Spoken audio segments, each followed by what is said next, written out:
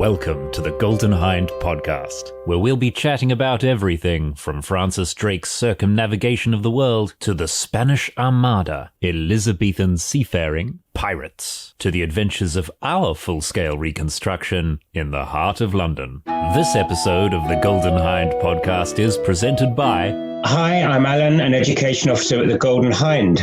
In this episode, I'm thrilled to be talking to author Nikki Marmery, who has brought an important part of the ship's history authentically and vividly to life in her fantastic debut novel, On Wilder Seas, The Woman on the Golden Hind. Hi, Nikki. Hello, Alan. Thank you for having me. Oh, well, thank you so much for taking the time to join us today. Perhaps we could start by, if you could tell us a little bit about yourself and the background that led you to becoming a novelist. Yes, well, I worked for many years as a journalist. I was a financial journalist. I used to edit magazines about trading markets, such as credit trading, foreign exchange. But I had sort of the start of 3 maternity leaves coincided with the financial crash in 2007. And the sort of combination of all that really sort of nudged me into a career change. And I thought I'd take the plunge and do what I'd always wanted to do, which is write a book. So I signed up at the Faber Academy, which runs creative writing courses. I did a few courses there for a while. It's very different to journalism. You kind of have to relearn how you write completely because it's a completely different way of writing. Yeah, sure. And I have a history degree. I have a lifelong interest in history, and so I found myself very much drawn to historical fiction, which is how I sort of stumbled across the story that I ended up writing about. That brings me neatly to my next question, which is who was the woman on the Golden Hind of the title, and what do we actually know about her? She was a woman called Maria, and we know about her because she's mentioned in 2 eyewitness accounts of the Golden Hind. The first one is called the Anonymous Narrative, and it is an account written by a sailor on the Golden Hind. We don't know who it is, but we know it's authentic because the details match up with other accounts. In this account, the writer tells us that as Drake sailed up the coast of the Pacific coast of South America, when he came to sort of near Guatemala, he raided a Spanish ship, as he did had done many times by that point. Yeah. From this ship, he took the usual staff treasure, food, supplies, and also, very unusually in this case, this woman. And the eyewitness account, I'll use his words because they sort of tell the story entirely. He says, from this ship, Drake took a proper Negro wench who was afterwards gotten with child between the captain and his men pirates and set on a small island to take her adventures. That account was corroborated sort of hundreds of years later when a second eyewitness account from John Drake was found in the Spanish archives. And John Drake was a young relative of Francis Drake who had sailed on the circumnavigation voyage. And he told his Spanish interrogators about Maria as well. So those really are the only references to her. There's some very sort of minor references to her in the Spanish accounts as well, but they don't add anything.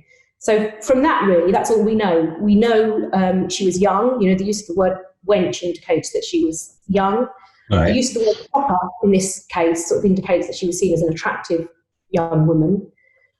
She was probably enslaved, but that's not definitely the case because there were free African women in the Spanish New World at this point, but she is described as belonging to the aristocrat whose ship she was on. Right. She was probably enslaved. And if that is the case, she was probably a first-generation arrival to the Americas because she was known only by her first name. And so there's a resource called the Transatlantic Slave Trade Database, which is run by Emory University, which documents every single slave trading voyage from the 16th century up until the end of those horrible voyages. That database gives us some idea of how many ships had been bringing people to the Americas at that point. So between 1514, which is when the database starts, to 1578, which is the year before Drake arrived in the Pacific coast of America, there had been 149 voyages where slaves had disembarked in the Americas. So out of those voyages, and most of those voyages departed from Senegambia a smaller number from Sierra Leone. The sort of vast majority were from the Senegambia region of West Africa. But I chose to place Maria's origins in my novel among the people who had been captured and enslaved by John Hawkins during his 1567 to 68 slaving voyage. And that's because I wanted to explore that particular voyage in my novel, because it is a really shameful episode in British history. Hawkins had initiated the English slave trade in 1562. This was the third voyage, and it involved an absolutely horrific attack on a town in Sierra Leone near modern-day Freetown. And I chose, obviously we don't know where the real Maria came from, but I chose to sort of place her as part of that historical truth because I wanted to write about it. We know so little historically, and obviously what you want to do is apply your imagination to it. Was that something that drew you to her story, to the fact that it gave you so much opportunity? Yes, I suppose at the beginning, actually, I thought that was a problem, the lack of information. I was quite frustrated. I wanted to find out about her, and when, that came to a dead end, there wasn't more we could find out about the real person. But in fact, yes, as I went on, that freedom to invent more was more of a gift. That the sort of gap in historical knowledge is a problem for historians, but it's a gift for novelists because you can, invent more, and you've got more leeway with the narrative, which is very important in a novel. And I think the main reason I was drawn to this story is for two reasons, really. One, because I'm a real sucker for stories where women have been erased or left out of the story. And this is a very clear case of that. I studied history at university. I read a lot of history. I know a lot about Frances Drake. I've been interested in for many years, and yet I had never heard that there was a woman on board the Golden Hind. To find out that she was heavily pregnant during that critical point in the journey when they crossed the Pacific. That I was pregnant at the time when I read about her. I read about her in a book, wonderful book called The Time Traveller's Guide to Elizabethan England by Ian Mortimer. I love that book. Wonderful book, it really is. And when I read it, he was talking about the circumnavigation in more detail, and he just mentioned Maria's situation. I think when you're pregnant, you are very aware of the extreme vulnerability of women in that situation. And I think Maria's story struck me as a really extreme example of that, to imagine crossing the Pacific on a ship, with people who've never done it before. They didn't know where they were going. Drake was using maps that he'd stolen from the Spanish. It wasn't entirely clear, how long it would take, where they would turn up. She's surrounded by, at this point, 59 men. Sailors are very rough, dangerous men. She's in a very, very vulnerable situation. And then to realise on top of that she was 8 months pregnant, and at the end of that journey was abandoned, very heavily pregnant, about to give birth. That was, to me, an extremely compelling story, and one that I couldn't walk away from, really. I became slightly obsessed by it.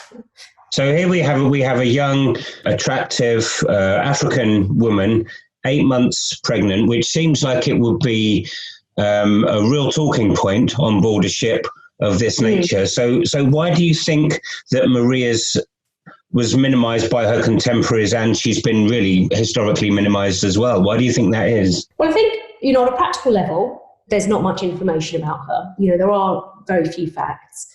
It's obvious to remark that she's a black woman. She's being described in the original sources by white men. And in those sources, she's very dehumanized. She is described in a very sort of passive way. She's very objectified. She's sexualized. The words proper Negro wench, they really sort of mark her out as someone who is being not considered, fully human in some way. It's things done to her. She's gotten with child. She's set on an island. We never sort of see her in the original sources as a fully rounded human. She's presented as an object, and that is why I wanted to write this book, because, of course, I wanted to portray a woman as she would have been, with motivations and desires of her own, not just a vessel for other people to do things to her. I really wanted to show the possibilities of her life. I wanted to do that in an authentic way. I wanted to bring that in, the possibilities. I didn't want an anachronistic representation of her, but I wanted to humanise her again, because I felt very much that she had been dehumanised in the original sources. And of course, she wasn't mentioned. When the first accounts of Drake's circumnavigation were published, the first account was published in 1589 in Hakluyt's Principal Navigations. She wasn't even mentioned at all. And so because of her absence in those early accounts of the voyage, I think that's why she is so absent later on as well, even though we did know about her.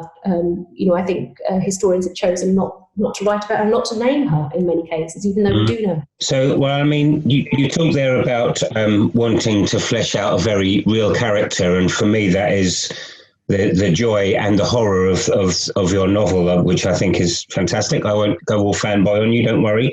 But once you decided that you were going to take this story with very kind of minimal factual information about this particular person, but with an enormous amount of factual information for lots of people who were in similar situations and what was going on in the transatlantic slave trade at the time. How did you approach the research that you needed to carry out? Yes, it was undoubtedly an absolutely huge job, and it was very daunting at the beginning. And I wanted to research as far as possible from primary sources, because I wanted it to be very authentic. So I was very lucky, I have access to the British Library here in London, which has all the records of Drake's voyage. So I started there. There's the wonderful journal of Francis Fletcher, who was Drake's chaplain on the Golden Hind.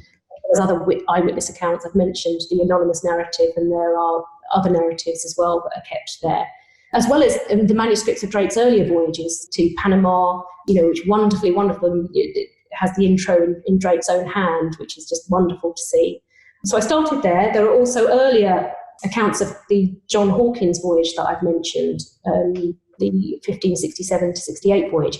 And there are several eyewitness accounts of that voyage. The first from Hawkins himself, also from Miles Phillips and Joe Portop, who are two sailors who were abandoned in Mexico on that absolutely disastrous voyage. It took them decades to get home, but they have left us with wonderful accounts of the whole horrible experience.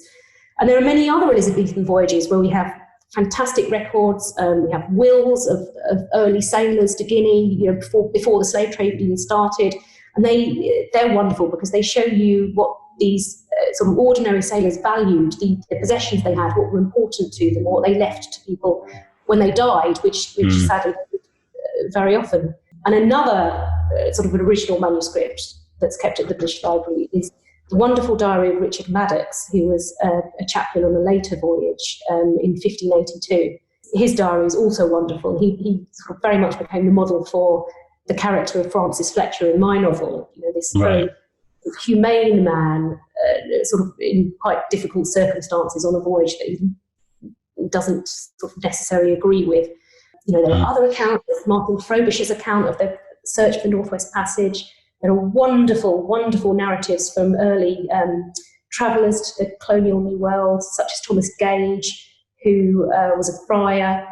He's written a wonderful, wonderful account of his voyage across Mexico, which includes details such as the women of Chiapa who were all excommunicated for drinking chocolate in church. Wonderful stories there. And then there are the early accounts of the circumnavigation that were published. There's the 1589 account in the Principal Navigations. There's the World Encompassed, which is the account published in 1628 by Drake's nephew. And there's William Camden's history, which is the first published mention of Maria in print. And it's from him that we know that contemporaries knew about Maria, because he reports that Drake had attracted censure when he got home, because he had, and as William Camden puts it, had inhumanely exposed a blackamoor maid on an island. So that's the first mention of Maria in 1625. And then I had to sort of go into the sort of Spanish perspective as well, because a lot of the book is about Spanish ships. We have all the eyewitness accounts of the Spaniards who came into contact with Drake during his circumnavigation voyage from Zalia Nuttall, who published those in 1914. There were a lot of these accounts because Drake took a lot of Spaniards sort of temporary prisoner on board the Golden Hind. So there was a lot of work there as well to sort of examine it from the other side, which is very interesting because, of course, you get a completely different perspective of Drake from the Spanish accounts. But yes, it didn't even stop there because I had to then research in my novel, we go quite far north in America. So I had research to do into the pre-contact cultures of North America as well. So the whole thing was incredibly daunting, but really fascinating. And I think that's why it took me so long, because I couldn't stop. Sure.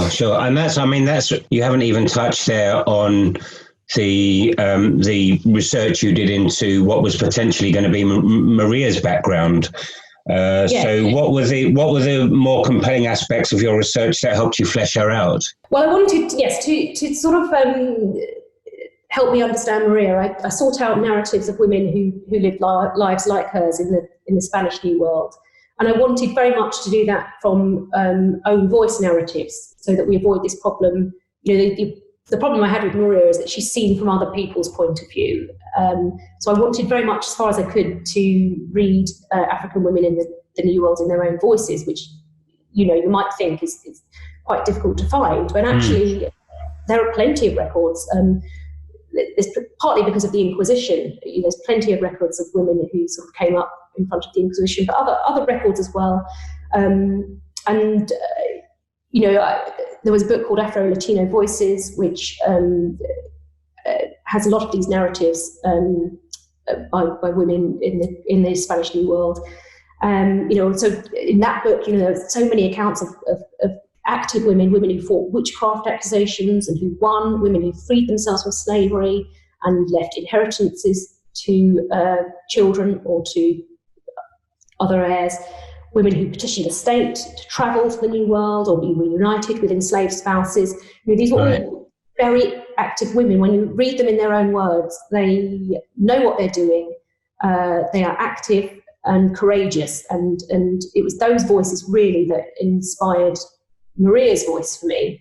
I wanted her to be the pivot on which the whole story turned. She had to be active, which of course is difficult in this situation because she's very much on a ship that she has no control over. But I wanted to show that sort of within that difficult situation, she was able to exert her will in some ways. And I found details of a woman called Maria Cocteau, who sailed on the Spanish fleets. And she's described as a mulatta, half African, half European woman. And she was sailing with the commander of her fleet, and he was sailing down the coast of Pacific America. And then another commander came and took over for the sort of return voyage. And this woman, Maria Cocteau, was exchanged with the ship as though she was part of the property. And that was something that sort of really stuck in my mind, which I borrowed for something that happened to Maria in her past. There are, the details of the horrific world of slavery. I read Alonso de Sandoval's treatise on slavery, which is the first account of the abuses of slavery in the Americas. It was published in 1627, very, very early.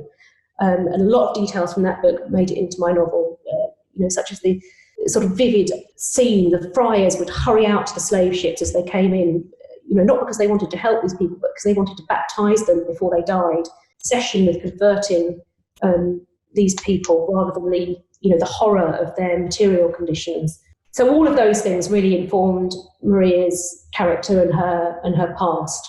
On the topic of research, just to take you off to one side for a moment, have you been to visit our reconstruction in London? Yes, many times. I first visited as a child. I went to school in London, so we went on a school trip. I must have been, 8 or 9, and it obviously made a very big impression on me. Yeah, because I have been slightly obsessed with the ship and with Drake ever since. But then, as I was writing the novel, I did go back a lot, and that sort of feeling, when you're below decks in narrow spaces, the very sort of, I'm not tall, I'm 5'3", but even I feel very, very cramped in there, and that inspired, much of the claustrophobia I describe in the book.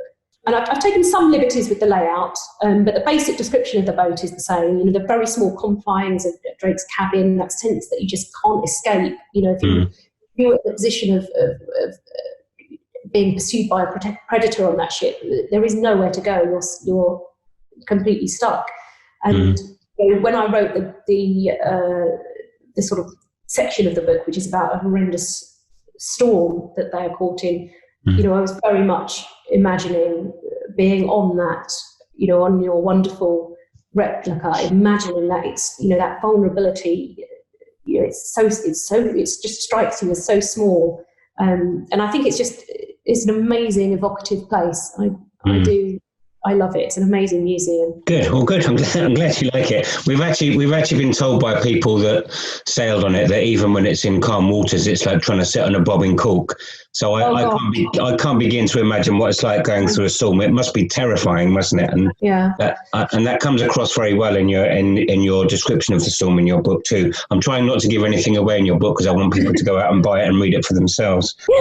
So Drake famously, if you study Drake, had an African manservant by the name of Diego, who features fairly prominently in the novel.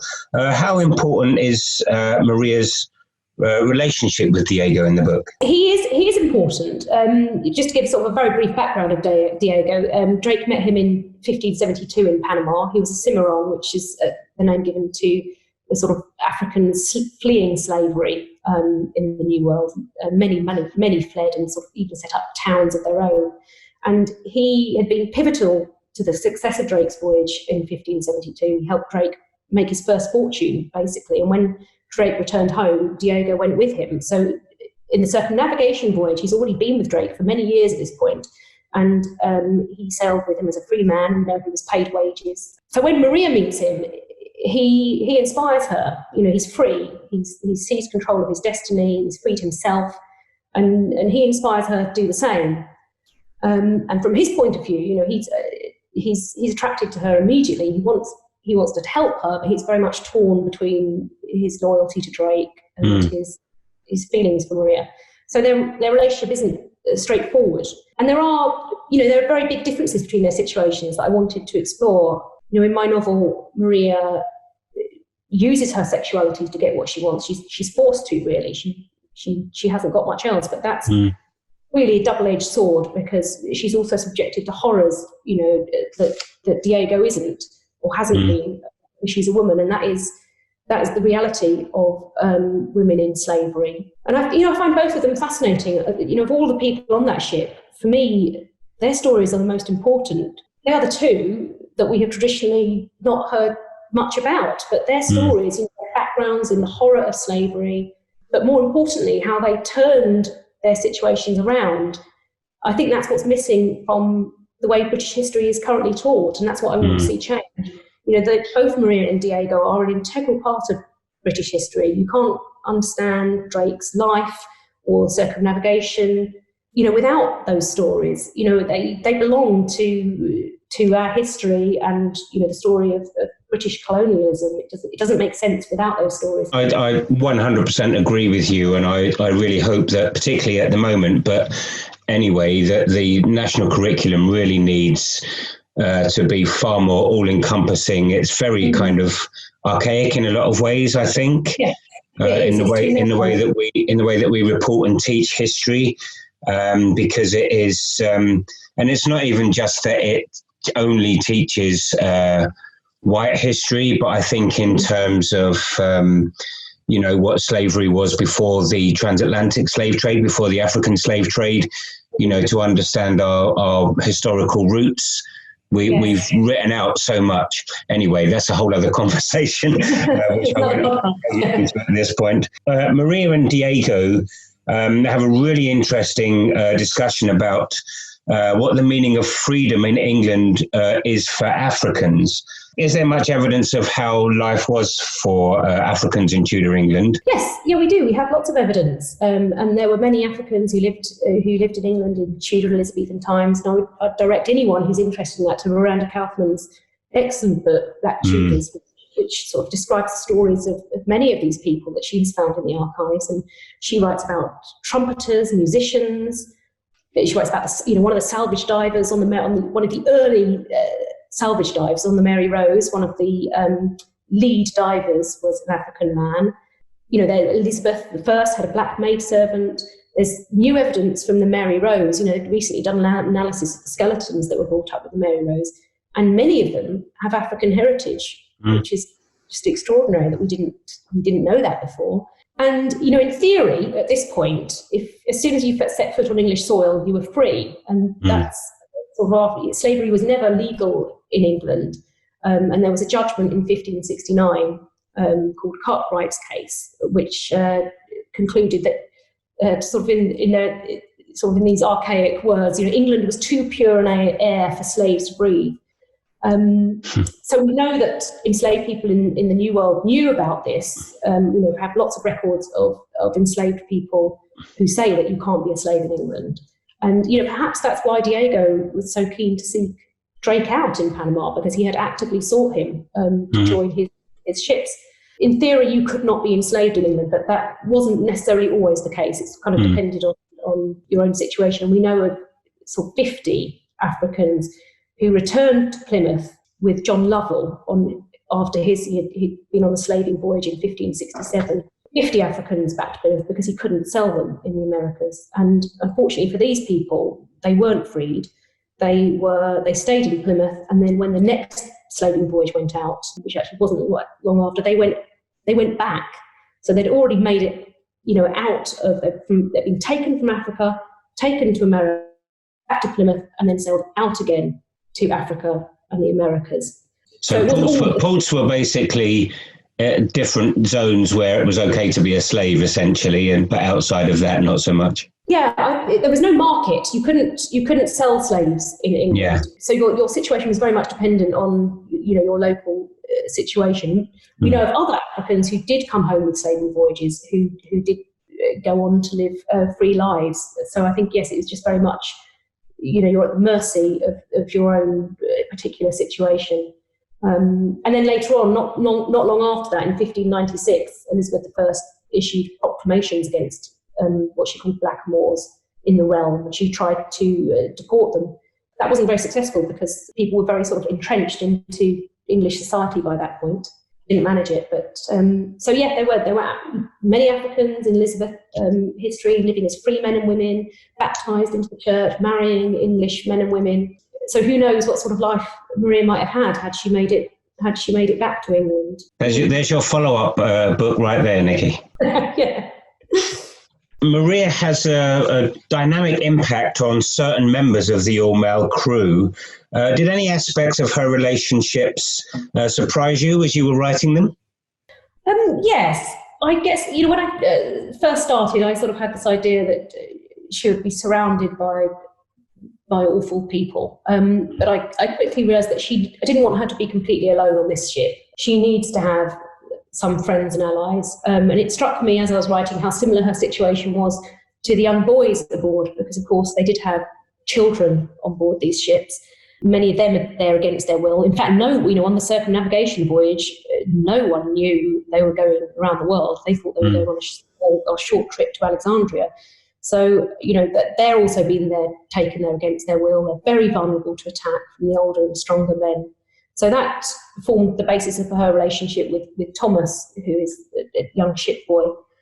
I also wanted her presence on the ship to change the men on board as well. I wanted her to have an impact on them, and I hope I portrayed that. I wanted, in particular, Fletcher. I think she's someone she has an effect on. He is already very ill at ease with what's going on. He's on this voyage where his captain is pillaging and looting, and I wanted him. He's already not happy about that, but I wanted him to become more aware through Maria of the inhumanity of slavery as well. In my novel, it's through Maria that he finally stands up to Drake, telling him that his immorality has brought the wrath of God on them. And that episode is based, in truth, on an incident that happened, but it was in reality it was after Maria was abandoned on the island.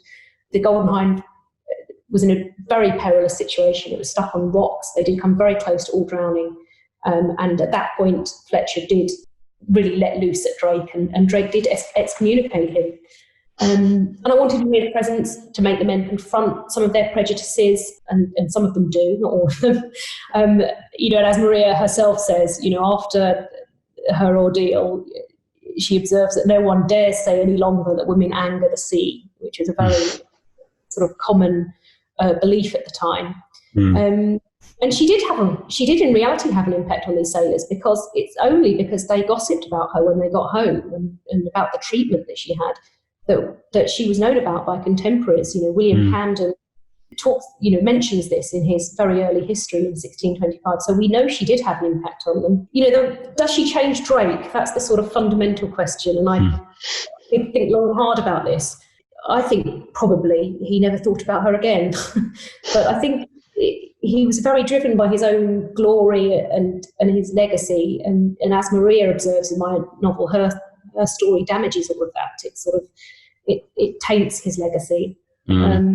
So I'm not sure what impact she had on him at all. And it will be interesting to know if he genuinely never thought about her again, if he kind of viewed her as a chattel, or if it was like if he felt guilt about what happened to her eventually, and that was why he never spoke about it. I mean, both of those things would go against his kind of self-positioning as a national hero.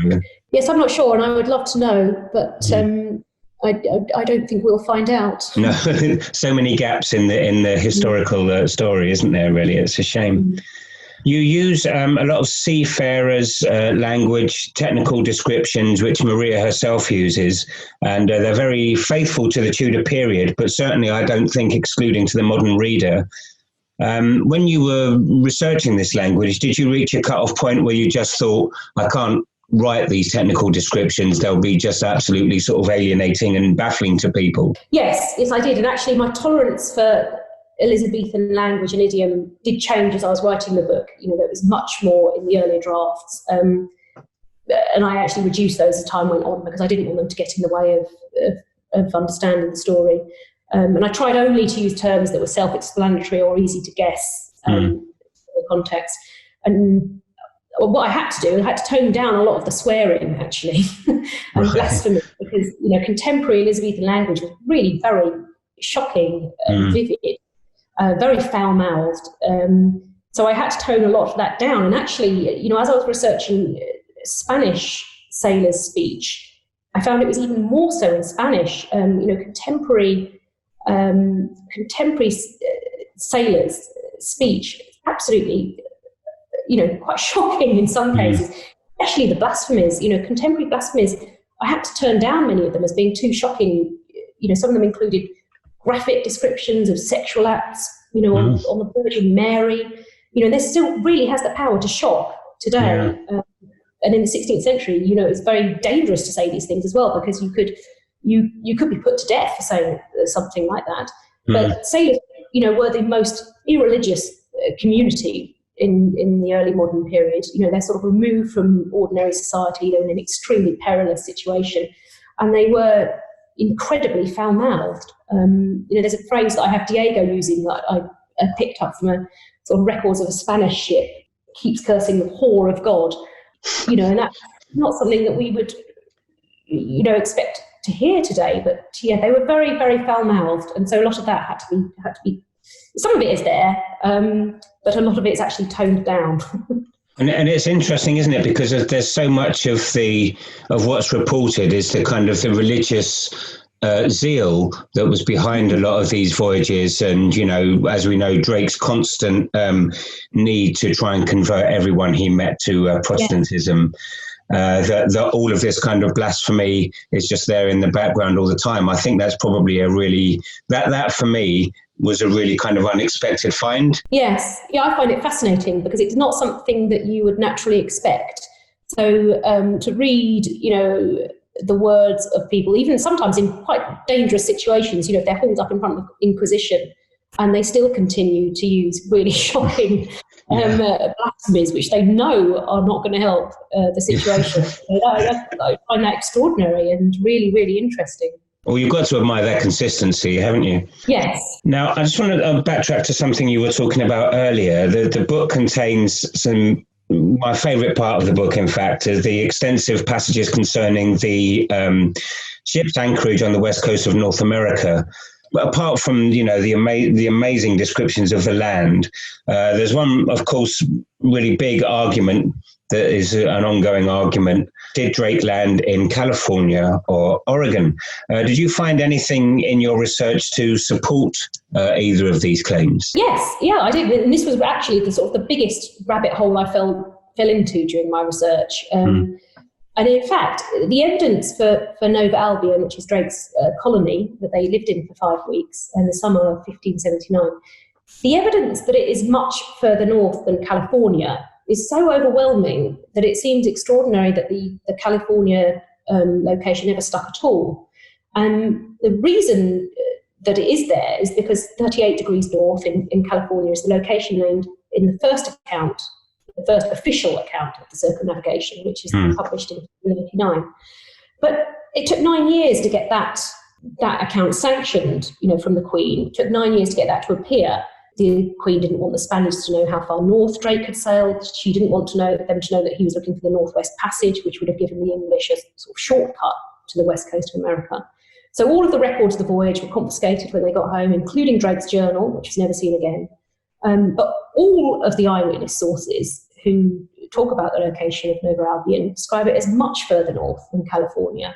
The anonymous narrative, which I've mentioned, says it's at 44 degrees north. John Drake says it was at 48 degrees north, which is even further north than Oregon. It's sort of the US-Canada border. And all the maps that Drake was most closely connected to show it this far north, really, in this sort of much further north than California. There was the Van Slyke map, which was 1581. It may well be that map is a copy of the lost Whitehall map that Drake gave to the Queen when he returned. Right. And that map declares, this map has been seen and corrected by the aforesaid Drake. So that shows Nova Albion on an island at 42 degrees. And there's the silver map, which was made by Michael Mercator in 1589. It's possible that was commissioned by Drake. That shows Nova Albion at just under 50 degrees north, which is, well into Canada. Yeah. The Hondius broadside map which is 1595, shows Drake's path exploring up to 48 degrees. But then you can see that it's been erased back down to 42 degrees. So on every map, and none of these were, apart from the Hondius broadside map, which was published in Amsterdam, so out of England's control, these maps were unpublished at the time. Right. And so the first published map in English to show Drake's route was the one that was published in the 1625 edition of Purchas His Pilgrims. It's called the Briggs Map. That is the first map to show Nova Albion at 38 degrees north. Right. And for the first time, it's shown south of Cape Mendocino, whereas in all of these other maps, it's shown much further north. And the Molyneux globes are another sort of crucial piece of evidence. Emery Molyneux, who made these globes, had sailed with Drake. He knew him personally. His globe that he published in 1592 shows Nova Albion at 46 degrees. The next version of it, the 1603 version, which was published in Amsterdam outside of England's control, shows it at 48 degrees. So for me, this is really compelling. There's a reason why the accounts that were published in England, there's a reason why the Queen would have wanted to show them further south than they would have been. And every account that's linked to Drake shows it much further north. And he was prevented from he wasn't allowed to publish his account of the voyage in his lifetime, which he was very upset about. So to me, that's very compelling. And that's why in my novel, I've placed it so far north. And in fact, when you read The World Encompassed, which is the account of the voyage, this section of the book, what it's describing, the extreme cold and ice, they talk about such freezing weather, that the rigging was so frozen you couldn't touch it. They would cook their meat and it would freeze on the way from the fire to their bowls. And, to me, that just doesn't sound like June in California. It's not very Californian, is it? No, definitely not. And we know, from several sources that Drake was very likely looking for the Northwest Passage. And knowing Drake, it just seems inconceivable to me that he would have just turned around and given up on that so far south. You know, that was a real opportunity for glory, which for me is what Drake is all about. And to think that he wouldn't even go further north than sort of the border of California, that makes no sense to me. So yes, and I've taken this decision to sort of place it this far north, which goes against the sort of official accounts, but they were just much more convincing to me. Well, I think also, haven't the US government declared, I think about 7 or 8 years ago, I think they declared officially that California was Nova Albion, and they themselves put up a brass plaque to say in the San Francisco area, this is where Drake landed. But I think recent evidence is sort of quite contrary to that, isn't it? Yes, it is. And I think, there's an obvious advantage in having that location. And, for the Californians, it's a wonderful thing. It's an amazing thing to want to go and visit. So you can see why they would have claimed it so forcefully. But I do think there are other claims. Oregon's claim is very, very good because he could well have gone much further north and then stopped. Yeah. He came back south, so he could well have got back down to Oregon. They are much more convincing to me. In as much as I've researched that, there does seem to be sort of a really compelling argument for that. But Drake, I noticed in the book, I would describe Drake as being a fairly enigmatic figure. I just wonder, is this how you found him during your research, to be quite enigmatic, or did it serve your authorial voice better to play him down in Maria's story? Yeah, it's a bit of both, really. He is deliberately enigmatic in the book, and that's because I wanted to foreground Maria, and I deliberately took the decision that he wouldn't be named in the book either. He's called the General throughout, and that's partly a sort of an attempt to sort of turn the tables on the way Maria is often not named in history books. But also, I think he's a very complex character, and he's shifting. He's very hard to pin down. I spent almost 7 years reading everything I could about him, all his letters, manuscripts, documents, and he is very difficult to pin down. He has some sort of lasting principles, and of those I'd say it's his desire for glory and very fundamentalist interpretation of his religion. And he did have a lifelong hatred of the Spanish. Those things I think are clear, but he's very conflicting in other respects. He's capable of really great acts of cruelty. The murder of Doughty, who was one of his officers on the ship, who was executed earlier in the voyage. That was a really horrible act. But he's also capable of acts of mercy. There are sort of several accounts of him doing very merciful things to people he meets on the voyages. We know that he sailed on 2 slaving voyages, and in particular, the second of those was really, really horrific. He was involved in this awful massacre in Sierra Leone. And yet later on, he became a great ally of the rebel slaves in Panama.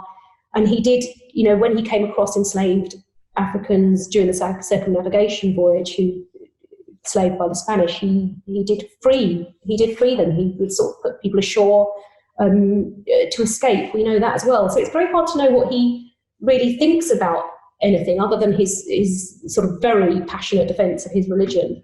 And he did inspired great loyalty from his men, and yet many others, particularly sort of aristocrats in England, really hated him.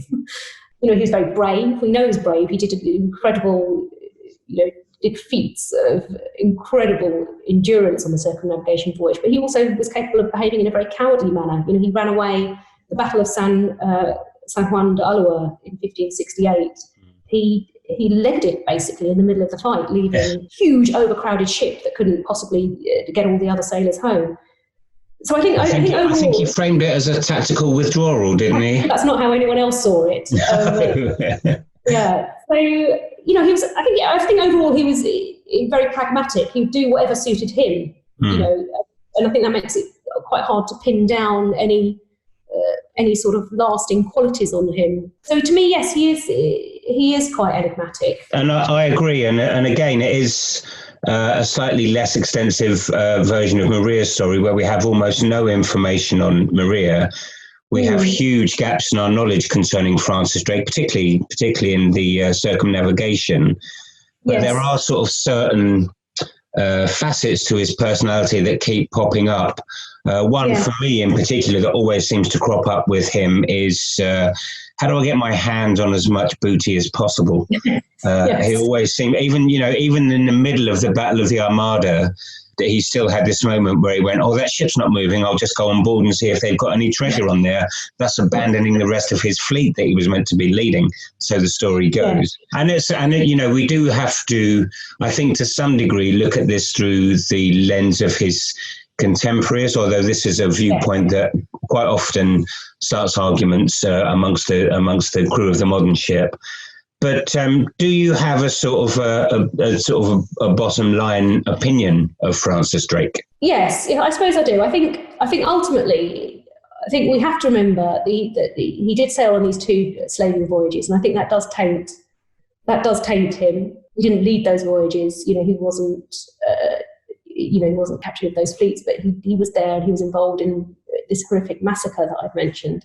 But he did choose a different path when he captained his own ships, and whether that's because the 1568 voyage he was on was so economically disastrous is another debate. But he did choose a different path. I've mentioned his alliances with the Cimarroons of Panama, and he talked with affection of them many years later. And we know that there were 4 Africans on board the Golden Hind when he crossed the Pacific, and it seems that all of them may have chosen to be there. I think ultimately he's very complicated. He always acted in his own interests. If your interests aligned with his, then that's fine. But if not, God help you. And I think the bottom line for me is that I wouldn't want to be stuck on a ship with him, as judge, jury, and executioner for 3 years, which was the case for everyone on the Golden Hind. I wouldn't want to be in his mercy. Yeah, well, absolutely. I don't think I'd even want to be alone on a ship with him, to be honest with you. Well, just before we finish, I want to get this in because I think it's really important. I really want to absolutely recommend this book to everyone, not just fans of historical fiction. It's beautifully written. It's really powerful, standalone story, and it is, more importantly than anything else, it is an absolute page turner. For those of you that still aren't sure, it's called On Wilder Seas, The Woman on the Golden Hind, by my guest, Nikki Marmery. It's published by Legend Press, and I highly recommend getting out to your nearest independent bookshop and snapping it up. All of the crew of the Golden Hind have read it. We all love it. And on that note, without giving too much away, are you currently working on your next novel, Nikki? Yes, I am. And thank you very much for those very kind words, by the way. But, I'm sticking with historical fiction, but actually I'm going much further back. I'm going back about 4,000 years, the ancient world. And it's the story of a woman who is at a crisis point in history, at the very beginning of the world that we have inherited today. No doubt it's going to take me many years. Hopefully not. It took me 7 years to write On Wilder Seas, so hopefully not that long. But it would help if the libraries were open, wouldn't it? Exactly. Yes, I really do need libraries for this one. There's a lot of research to do. But again, it's fascinating, and I love that part of writing a book. It's the research that I love the most, actually. Well, Nikki, thank you so much for joining us. It's been so fascinating and entertaining to listen to the story of how the book came about. Really very excitedly looking forward to the next one. I can wait. And hopefully we did originally get in contact because we were hoping to get you on the ship to do a reading and to sort of talk about the book. So hopefully when all this madness is over, we will actually be able to meet in person and have a good chat about your book once again. I would absolutely love that, Alan. Thank you so much for having me on the podcast. I've enjoyed it hugely. An absolute pleasure. Lovely. Thanks a lot, Nikki. Take care. And you. Bye-bye. That was the Golden Hind podcast. For more information, head over to our website, goldenhind.co.uk. Remember, there's a letter E on the end of Golden Hind. You'll find videos, blogs, educational resources, and, of course, all the details you'll need to come and visit us. We're also on Facebook, Twitter, Instagram, and YouTube. Thanks for listening.